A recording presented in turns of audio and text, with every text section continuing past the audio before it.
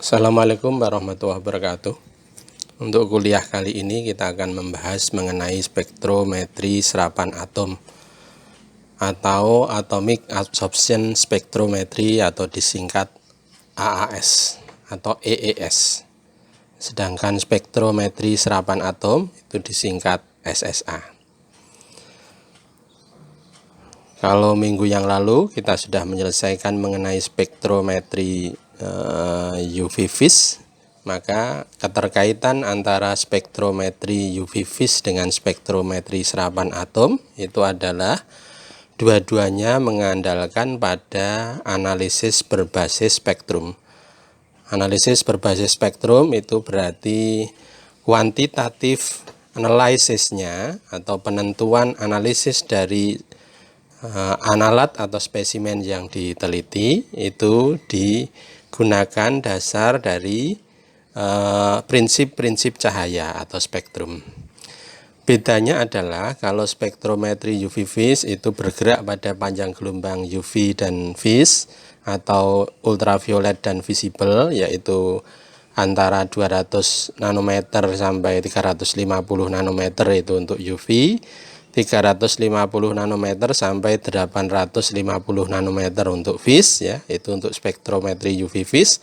Sedangkan spektrometri serapan atom itu bergerak bukan pada panjang gelombang itu, ya, panjang gelombang elektromagnetik UV vis tadi, tetapi berbasis pada atomisasi dari atom-atom analat, kemudian penyerapan cahaya pada sumber sinar, ya, dari atom yang sudah dilakukan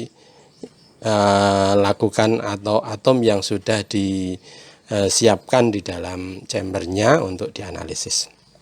Baik, kita mulai dengan slide yang berikutnya, ya.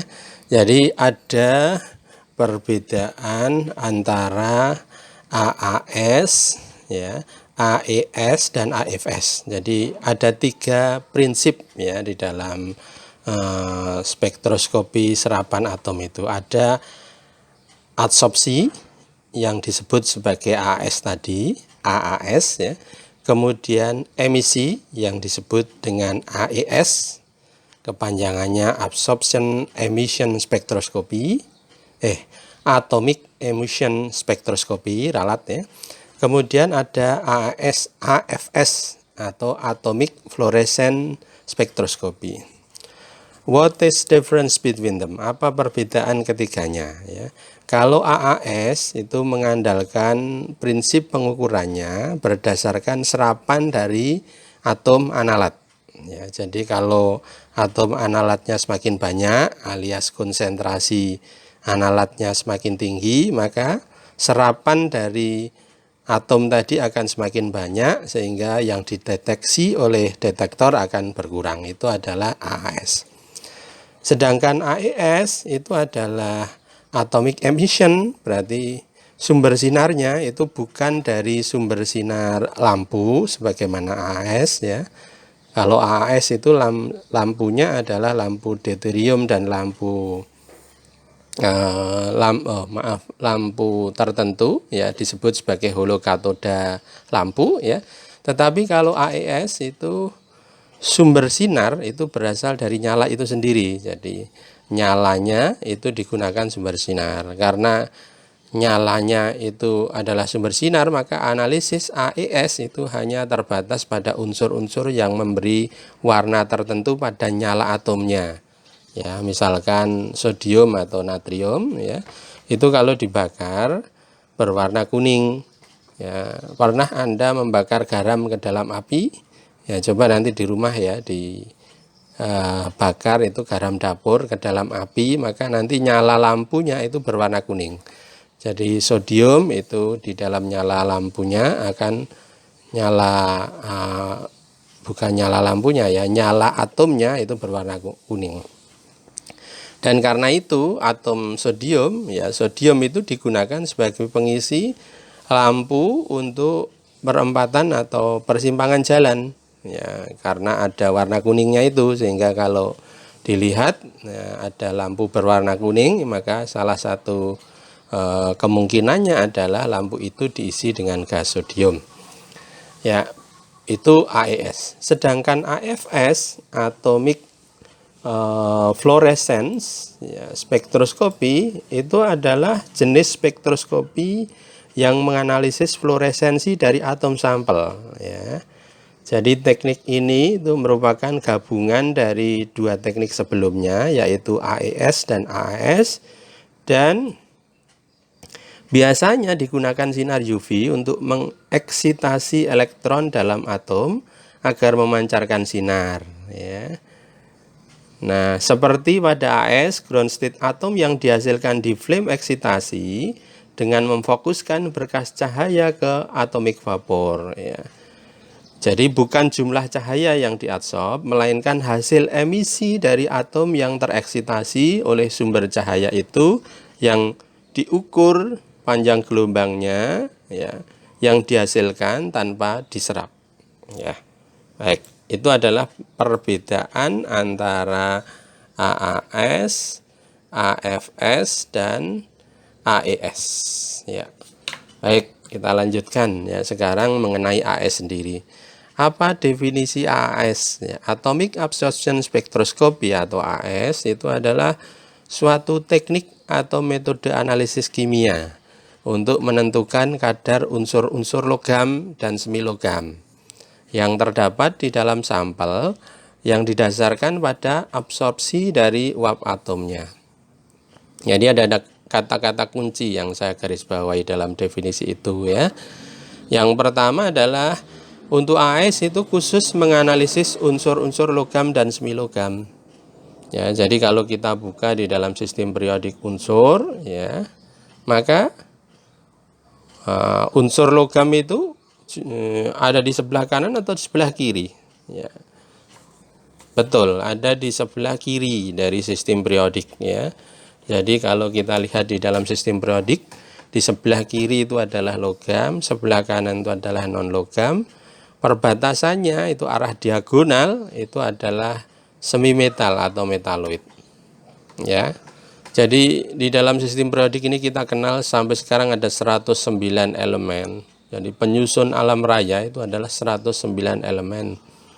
Nah, di antara elemen tadi itu 2/3-nya lebih itu adalah logam, ya. Dan semuanya itu ya sampai sekarang itu kemungkinan untuk analisis yang dilakukan, ya, untuk mengidentifikasi baik kualitatif maupun kuantitatifnya itu adalah menggunakan AES, ya. Jadi AES itu bisa digunakan untuk menganalisis logam dan semi logam.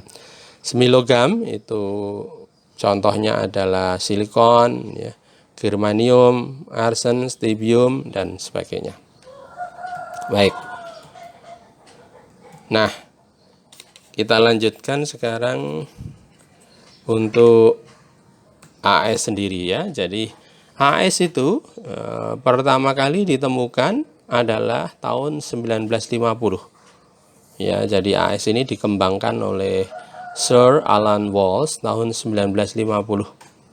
Ya, luar biasa, ya, seorang ahli menganalisis, menemukan suatu instrumen untuk menganalisis logam, ya, menggunakan prinsip nyala. Itu adalah Sir Alan Walsh. Nah, AES ini pada generasi pertamanya itu masih sangat sederhana. Jadi tidak ada komputer seperti yang kita pakai sekarang, tapi menggunakan jarum penunjuk. Jadi hasil analisisnya masih kasar. Tetapi berkat perusahaan-perusahaan analitik kimia, ya, Perkin-Elmer contohnya, ya, maka temuan-temuan terhadap pengembangan generasi pertama AES ini itu terus saja dilakukan sehingga sampai sekarang ini generasi terbaru dari AES sudah sangat maju, ya. Nah, itu adalah sejarah mengenai AES, ya. Nah, AES ini itu digunakan untuk menganalisis unsur dalam konsentrasi renik.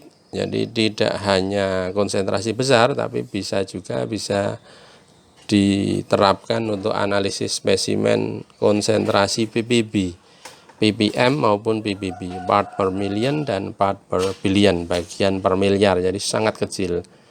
Jadi kalau kita mau menganalisis Rennik, ya unsur yang kandungannya sangat kecil, itu AS sangat cocok. Baik, kita lanjutkan.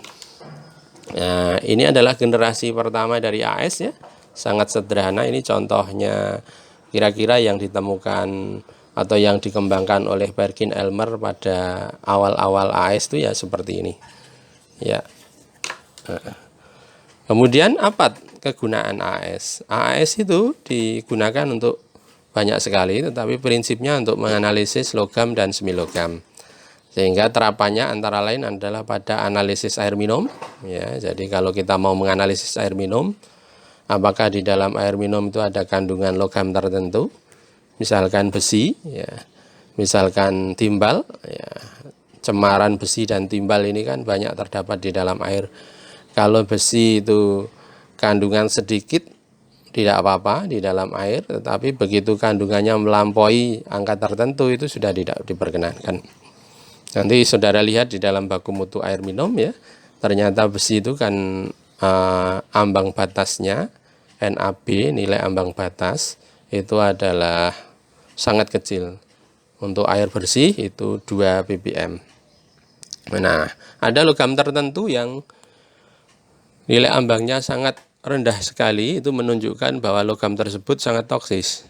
Misalkan Hg atau merkuri ya. Merkuri itu di dalam air tidak boleh ada sama sekali. Jadi 0. Kalau suatu air bersih atau air minum ada sampai terjadi ada kandungan Hg-nya atau merkurinya sedikit saja, itu sudah tidak boleh dipakai sebagai air minum atau air bersihnya. Jadi harus 0. Kemudian timbal ya, itu konsentrasi nilai ambangnya nanti bisa dicek ya, 0,5 ppm miligram per liter. Jadi ini menunjukkan bahwa dia memiliki toksisitas lebih tinggi dibanding Fe. Jadi merkuri lebih tinggi lagi ya, semakin beracun.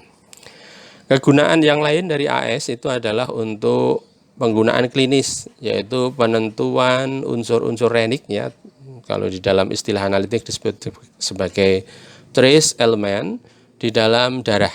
Nah, ini bisa dilakukan analisis. Jadi kalau kita mau mendeteksi kandungan timbal dari para sopir ya, berapa banyak itu. Nah, khusus untuk timbal ini bukan di dalam darah, tetapi dalam jaringan kitin. Misalkan rambut atau kuku. Jadi kalau kita analisis rambut atau kuku para sopir, kita bisa ketahui berapa kandungan timbalnya. Riset mahasiswa saya di S2 lingkungan itu menunjukkan bahwa timbal yang ada di dalam tubuh para sopir itu adalah fungsi dari lama bekerja. Jadi kalau sopir itu lama bekerja di jalan raya, ada yang 1 tahun, 2 tahun, sampai 5 tahun gitu, itu kandungan timbalnya di dalam kuku dan rambut itu, atau ini menggambarkan seluruh tubuhnya ya, itu adalah lebih besar daripada yang 5 tahun ya, lebih besar daripada yang 4 tahun, 3 tahun dan sebagainya. Nah, jadi timbal itu berada di dalam emisi gas buang. Nah, kalau kita runut ya, kenapa ada di dalam gas buang? Karena timbal itu digunakan oleh produsen bahan bakar, ditambahkan di dalam bahan bakar yaitu minyak untuk anti knocking, yaitu mengurangi getaran. Jadi Indonesia itu masih memiliki paham lebih mementingkan ekonomi daripada lingkungan, sehingga anti knocking itu diterapkan supaya mesin tidak cepat aus. Tetapi kos yang dibayar pada aspek lingkungan lebih besar karena emisi yang dihasilkan itu lebih berat. Kalau kita lihat pada standar Indonesia sampai sekarang masih menerapkan pada standar Euro 2. Sementara ASEAN yang lain, Thailand dan Vietnam itu sudah Euro 4. Apa perbedaannya? Kalau Euro 2 itu emisinya baku mutunya lebih longgar, sementara Euro 4 itu lebih ketat. Dengan demikian Kalau kita lihat ya kualitas emisi dari kendaraan bermotor atau gas buang di Indonesia itu berarti rata-rata lebih longgar daripada negara lain di ASEAN. Kegunaan yang lain dari AS itu adalah untuk analisis unsur renik pada oli, ya, lubricating oils, analisis makanan, ya, food analysis, analisis kosmetik, ya, misalkan menentukan kandungan Hg pada kosmetik. Hg itu kan tidak boleh merkuri di dalam kosmetik, misalkan pemutih wajah. Dulu banyak pemutih wajah yang fungsinya instan, cepat digunakan, cepat pula hasilnya. Jadi kalau pemutih wajah itu dipakai dalam waktu cepat, ya, wajah itu bisa jadi putih. Ya, tetapi efeknya adalah keracunan kulit. Ya, kenapa? Karena merkuri ini bersifat racun. Nah, bahaya menggunakan kosmetik yang seperti ini, ya. Kalau kita ilustrasikan, ya, orang yang menggunakan pemutih wajah yang instan ini, ya, nanti dampaknya wajahnya cepat putih, sementara dari leher ke bawah masih tetap seperti semula, ya, belang, ya, gitu ya. Kita lanjutkan, ya. Nah, sekarang bagaimana ciri-ciri karakter dari AS itu? Yang pertama, AS itu adalah teknik analisis yang bersifat destruktif, yaitu merusak sampel. Jadi destruktif teknik itu artinya adalah merusak sampel. Jadi kalau kita mau menganalisis sampel AS, maka sampelnya itu harus kita ambil. Kemudian kita lakukan analisis. Ini namanya destructive analysis, ya. Berbeda analisis yang tidak destruktif, ya. Misalkan kalau sekarang kita mau mendeteksi temperatur seorang pasien, ya, apakah dia terkena demam corona atau tidak, ya, kita cukup menggunakan gun termometer tembak. Nah, itu mendeteksi berdasarkan prinsip sinar inframerah. Begitu diarahkan pada objek, sinar inframerahnya akan mendeteksi berapa suhu dari pasien. Tidak merusak, tidak perlu merusak sampel. Kemudian prinsip XRF, ya, X-ray fluorescence atau SEM-EDAC, ya, itu menganalisis kandungan dari batu bara, ya, kalor dari batu bara tanpa merusak sampel. Jadi di dalam conveyor belt atau ban berjalan itu batu bara dilewatkan, cukup dideteksi dengan instrumen EDAX, energi dispersif, ya, elektron dispersif X-ray diffraction, maka kandungan dari batu bara tadi sudah bisa dideteksi. Batu bara itu adalah batu bara tua atau batu bara muda. Kalau batu bara muda itu kontaminannya banyak tetapi kalornya rendah, jadi harganya murah. Tapi kalau batu bara tua itu kontaminannya kecil, kalornya tinggi, harganya mahal. Ya, cukup dideteksi menggunakan conveyor belt, menggunakan SEM-EDAC tanpa merusak sampel. Tapi kalau AS ini prinsipnya destruktif, jadi sampelnya dirusak. Misalkan kita mau menganalisis kandungan PB atau logam tertentu di dalam hati, ya, misalkan hati sapi, ya. Apakah hati sapi yang digembala di TPA Putri Cempo, pembuangan akhir sampah itu, ya, di Solo, tercemar dengan logam timbal atau tidak, ya, maka kita bisa analisis dengan cara bagaimana, ya, sapinya disembelih, hatinya sapi diambil, kemudian didestruksi dengan asam nitrat, maka nanti timbal di dalam hati sapi tadi akan larut, kemudian disaring. Nah, filtratnya itu yang dimasukkan ke dalam AS. Jadi sampelnya memang harus diperoleh dari spesimen dari sampel itu, ya, kemudian dianalisis dengan cara merusak, ya, destruktif. Kemudian prinsip yang lain itu adalah measurement made for each element of interest, ya. Jadi pengukurannya itu menarik. Kenapa? Karena sangat sensitif ya, meskipun analisisnya agak lama untuk preparasi, tetapi very sensitif karena menganalisis sampai konsentrasi ppb. Kemudian ya analisisnya ini ya peka, jadi hanya untuk spesimen tertentu atau logam tertentu, tidak terganggu oleh spesimen yang lain. Baik, kita lanjutkan berikutnya ya, adalah mengenai instrumentasi AS. AS itu memiliki beberapa bagian utama ya. Ada 5 bagian utama. Yang pertama adalah sumber sinar. Ya, yang kedua adalah sistem pengatoman. Yang ketiga monokromator. Yang keempat detektor, dan yang kelima adalah sistem pembacaan. Jadi ulang ya, ada berapa tadi? Ada 5 betul ya. Apa yang pertama? Sumber sinar ya, source lamp ya, kemudian yang kedua adalah sistem pengatoman, atomization system ya, yang ketiga adalah monokromator, 4 adalah detektor ya, dan yang kelima adalah sistem pembacaan. Kita bahas satu persatu ya. Yang pertama adalah sumber sinar ya. Sumber sinar di dalam AS itu ada dua jenis. Yang pertama adalah hollow cathode lamp ya. Ini kalau diterjemahkan berarti lampu katoda berongga. Jadi ada cavity rongga di situ, maka disebut sebagai hollow cathode lamp. Kemudian yang kedua adalah electrode-less discharge lamps. Ya, electrode-less discharge lamp. Ya, ini kalau diterjemahkan apa? Lampu ya discharge yang tanpa elektroda. Ya, kita cek ya masing-masingnya. Yang pertama, lampu hollow katoda atau lampu katoda berongga itu terdiri dari komponen anoda dan katoda. Ya, anodanya itu adalah tungsten atau wolfram.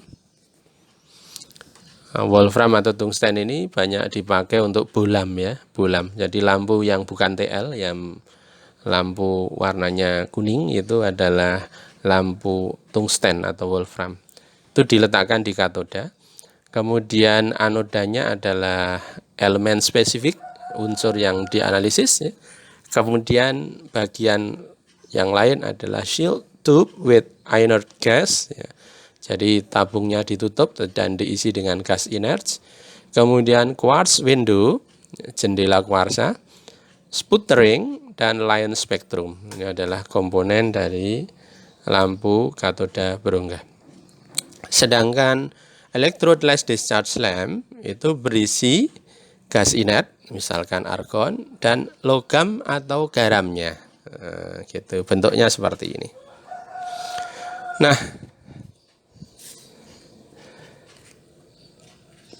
untuk sumber sinar ya, itu lampu katoda itu ditemukan oleh Walsh. Nah, gitu ya.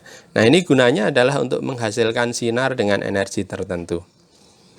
Ya, Walsh yang menemukan lampu katoda berongga. Nah, katoda itu berbentuk cekung ya, dilapisi logam murni, sedangkan anoda tadi kita jelaskan terbuat dari wolfram.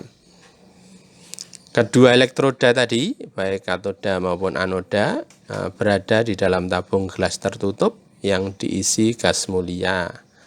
Ya, misalkan helium, neon atau argon, dan diberi tekanan rendah. Ya, beberapa miligram raksa, 2-3 miligram Hg.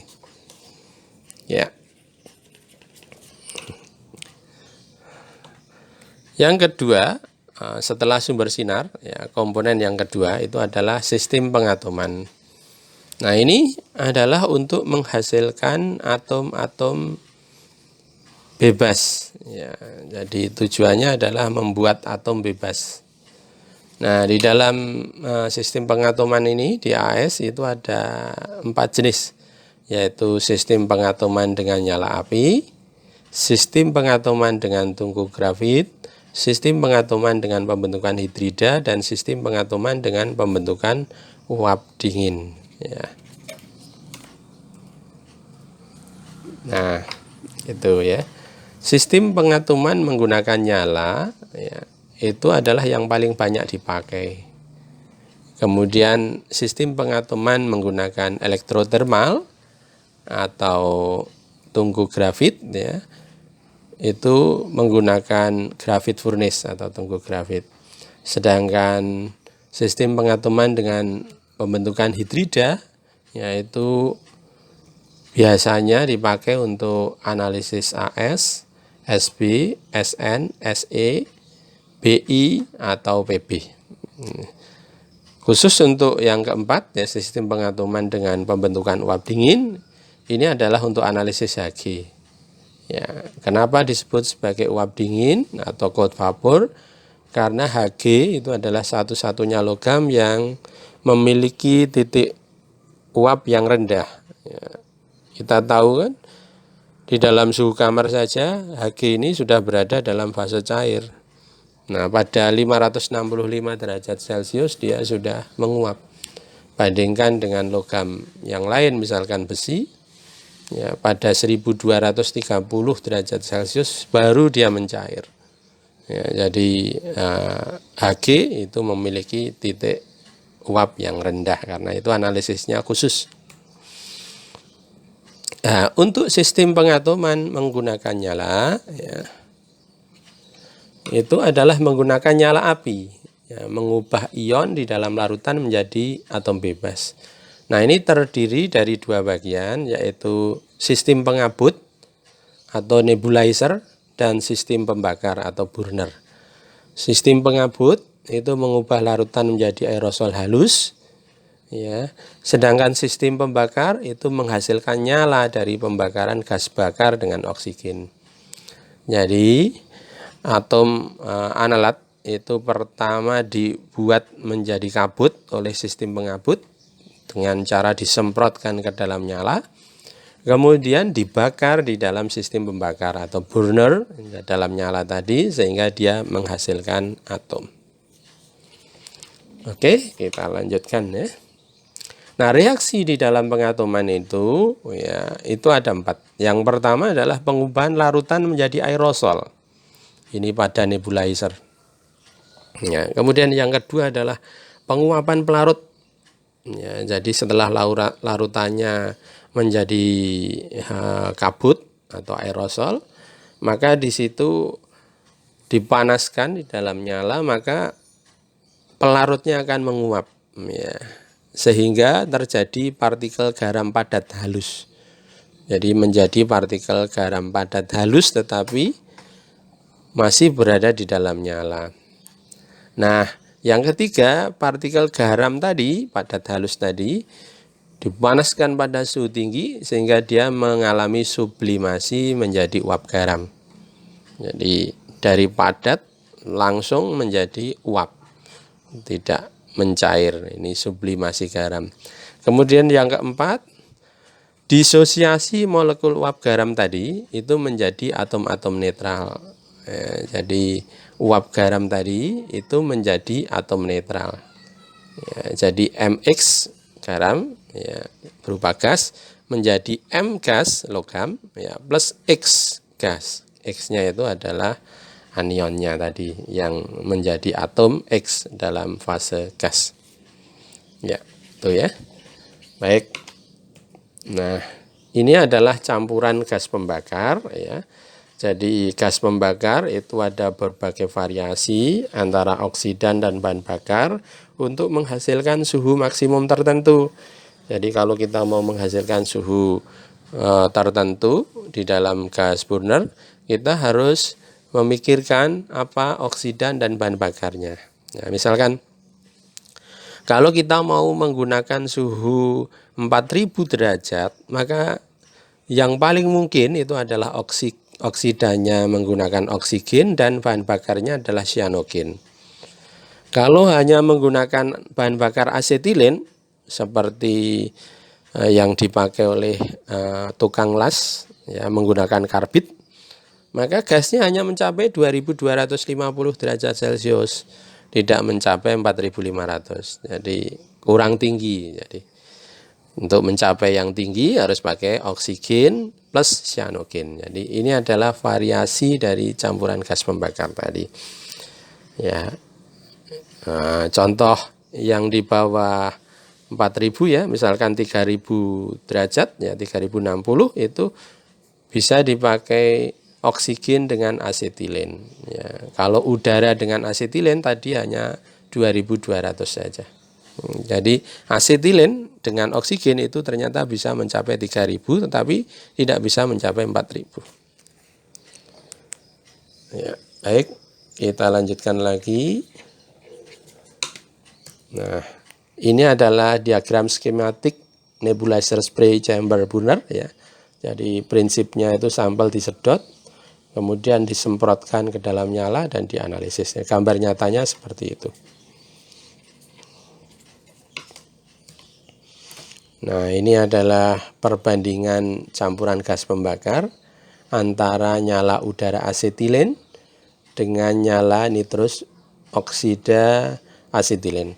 Penggunaan dari campuran gas pembakar ini memiliki ya, keuntungan dan kelemahan. Ya, misalkan nyala udara asetilen itu temperatur nyalanya lebih rendah. Nah, ini mendorong terbentuknya atom netral. Tetapi kayak bahan bakar asetilen itu meminimalkan terbentuknya oksida. Jadi terbentuknya oksida. Oksida ini mengganggu kalau nanti di AS, karena itu dihindari. Nah, kalau campurannya itu kayak bahan bakar asetilen, ya, tidak ada oksigen yang banyak, itu oksida menjadi jarang. Ini malah disukai. Nah, kalau nyalanya tidak terlalu tinggi itu juga disukai karena mendorong terbentuknya atom netral tadi. Ya. Kalau nyala nitrous oksida dengan asetilen, ya, itu temperatur nyalanya lebih tinggi. Nah, untuk unsur yang mudah membentuk oksida dan sukar terurai, misalkan Al, B, MO, Si, Sn, Ti, V, dan W.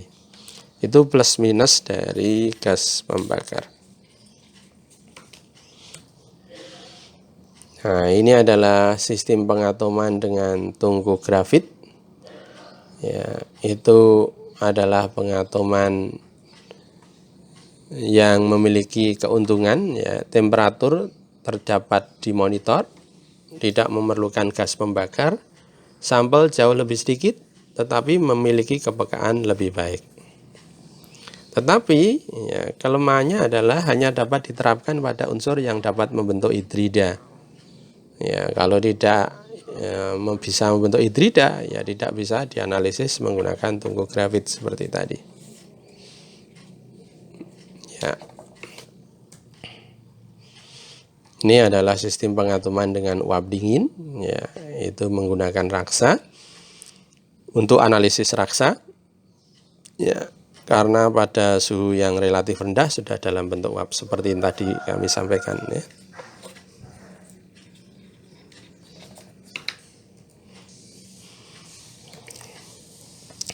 Bagian yang kedua itu adalah detektor. Ya, ada beberapa jenis. Ini adalah detektor photo multiplier tube. Gambarnya seperti ini. Ya. Dan ada detektor yang lain ya. Detektor yang lain itu adalah detektor yang menggunakan prinsip, kalau tidak salah grating, nanti kita cek ya. Kemudian ini adalah interferensi atau gangguan di AS. Jadi AS itu juga ada gangguannya. Ada 3 gangguan ya, spektral, kimia, dan fisika. Kalau gangguan kimia itu karena logam-logam tertentu itu suka berada di dalam satu sampel yang sama, maka harus dipisahkan dulu. Kalau spektral itu adalah jika di dalam atomizer terdapat spesies lain yang menyerap radiasi pada panjang gelombang yang sangat dekat dengan analat, maka mengganggu.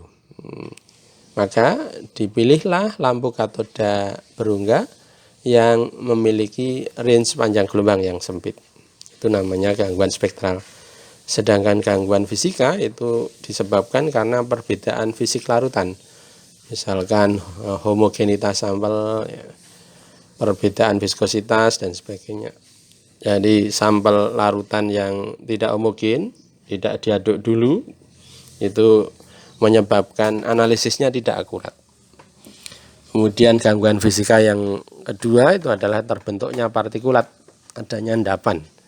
Ini nanti akan menghamburkan cahaya sehingga menurunkan intensitas radiasi. Gangguan kimia itu disebabkan oleh ionisasi. Ya, jadi unsur tertentu itu dapat terionisasi dalam nyala. Ya, jadi kalau dia terionisasi maka jumlah yang dibaca oleh detektor akan berkurang karena dia tidak dalam bentuk atom. Sedangkan detektor itu hanya mendeteksi serapan atomnya. Maka solusi untuk gangguan ionisasi ini adalah menambahkan unsur lain yang memiliki energi ionisasi lebih rendah. Misalkan alkali dan alkali tanah. Jadi kalau ada alkali dan alkali tanah, maka nanti yang terionisasi adalah alkali dan alkali tanahnya. Sedangkan analatnya tetap utuh dalam bentuk atom. Jadi ini martir ya, prajurit yang dikorbankan, ini alkali dan alkali tanah. Gangguan kimia yang lain itu adalah pembentukan senyawa refraktori. Jadi ada logam tertentu yang membentuk senyawa yang stabil terhadap panas. Ya, misalkan Ca fosfat, ya, kalium fosfat atau kalsium pirofosfat. Kalsium maksudnya ya, kalsium fosfat atau kalsium pirofosfat itu sangat stabil. Ya, jadi Ca3PO4 2 kali. Ya, kalsium fosfat itu sangat stabil. Jadi kalau mau dipisahkan menjadi atom kalsium untuk dianalisis itu susah sekali. Bagaimana solusinya? Solusinya adalah dengan menambahkan apa yang disebut sebagai releasing agent, ya, atau unsur pembebas, misalkan La, lantan, ya, atau EDTA. Nah, EDTA ini anion, La itu kation. Jadi nanti kalau ditambahkan salah satu saja, misalkan La, maka La nanti akan mengikat fosfatnya sehingga Ca-nya bisa bebas. Kalau EDTA, maka EDTA nanti akan mengikat Ca-nya, sedangkan Ca EDTA itu tidak refraktori. Jadi begitu dianalisis, Ca akan lebih mudah menjadi atom. Ya, itu ya. Baik. Saya kira itu yang kita bahas untuk hari ini. Ya, di sini ada kurva kalibrasi standar untuk analisis. Nah, ini prinsipnya sama dengan spektrometri UV vis, ya, untuk analisis kuantitatif. Jadi nanti kita bahas dalam kuliah berikutnya mengenai analisis kuantitatif menggunakan spektrometri ini, baik untuk UV vis maupun untuk AAS menggunakan kurva kalibrasi. Ya, slide ini itu adalah mengenai tipe AAS, ya, ada single beam atau sinar tunggal dan double beam atau sinar ganda. Ya, baik, saya kira itu saja. Cukup sekian, ini sudah 40 menit waktu yang dipakai untuk kuliah. Ya, kita lanjutkan minggu depan untuk pembahasan mengenai analisis teknik pengambilan sampel. Terima kasih. Assalamualaikum warahmatullahi wabarakatuh.